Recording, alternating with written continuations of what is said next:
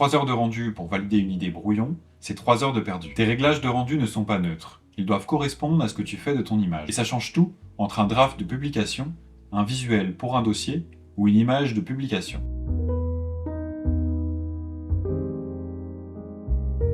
Je m'appelle Guillaume et je fais de la prévisualisation 3D pour les artistes plasticiens. On a vu le blocking, le setting, les caméras, l'éclairage et les matériaux. Maintenant, l'étape finale avant de sortir les images, c'est le rendering. La première question que tu dois te poser, c'est pas combien de samples ou quelle résolution, mais c'est à quoi va servir ton image.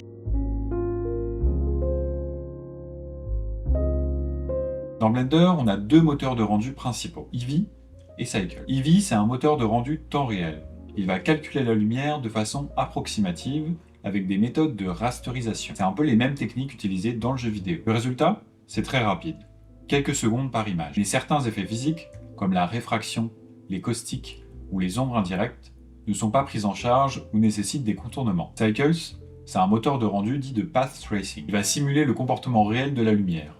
Chaque rayon rebondit, se réfracte et se diffuse selon les lois de l'optique. Résultat, des images photoréalistes, mais au prix du temps de calcul. En pratique, dépendant de ta configuration matérielle, si tu as une carte graphique ou pas, Eevee est plus adapté pour les drafts de validation et Cycles pour les rendus finaux.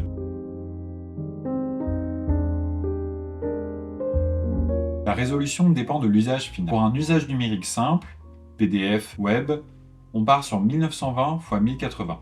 C'est largement suffisant et les temps de rendu sont plutôt rapides. Pour une impression A4 à 150 dpi, on part sur une résolution de 2400 x 1800 pixels. Ça nous donne un bon compromis qualité et temps. Pour une impression haute qualité type A4 à 300 dpi, on part sur une résolution de 3600 par 2700 pixels. Ça, c'est vraiment utile pour une publication ou un dossier premium papier. Pour le format de sortie, on privilégie le PNG pour les images finales. Il est sans perte de qualité et il supporte la transparence. Tu peux bien sûr utiliser du JPEG si tu dois réduire le poids pour une livraison numérique rapide, mais évite le JPEG pour les fichiers de travail, car la compression va dégrader les détails fins. Si tu veux faire du compositing, c'est une étape qu'on verra plus tard, et bien exporte en EXR avec les passes de rendu si tu en as besoin. Ça te donnera un maximum de contrôle pour la correction colorimétrique. Si tu trouves cette vidéo utile, n'hésite pas à lâcher un like et à t'abonner. Merci beaucoup.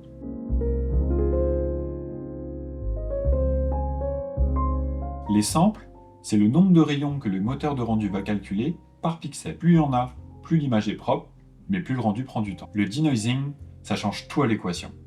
Tu as le choix entre deux options, l'option Intel ou l'option Nvidia. Ça, c'est vachement dépendant de ta carte graphique. Ce sont des algorithmes de débruitage qui permettent de diviser le nombre de samples par 4 ou plus, sans perte visible sur la qualité de tes images. Avec le denoising actif, 256 samples en cycles te donne un rendu vraiment propre pour un dossier. Tu peux baisser à 64 samples pour un draft et pousser jusqu'à 1024 si tu as le temps et si c'est pour un rendu de publication. Voilà les 3 presets que je te recommande en fonction de l'utilisation de ton image.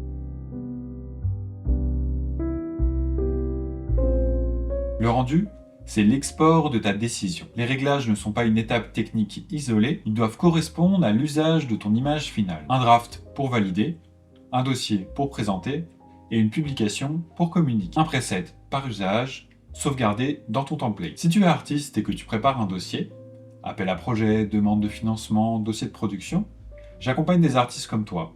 On part de ton idée, tes intentions, tes croquis, et on les transforme en prévisualisation 3D prêt à être intégré à ton dossier. Si ça t'intéresse, tu peux réserver un appel de 20 minutes gratuitement dans le lien en description. Si tu as aimé cette vidéo, n'hésite pas à lâcher un like et à t'abonner. Dans la prochaine, on parlera des schémas d'implantation. À la prochaine!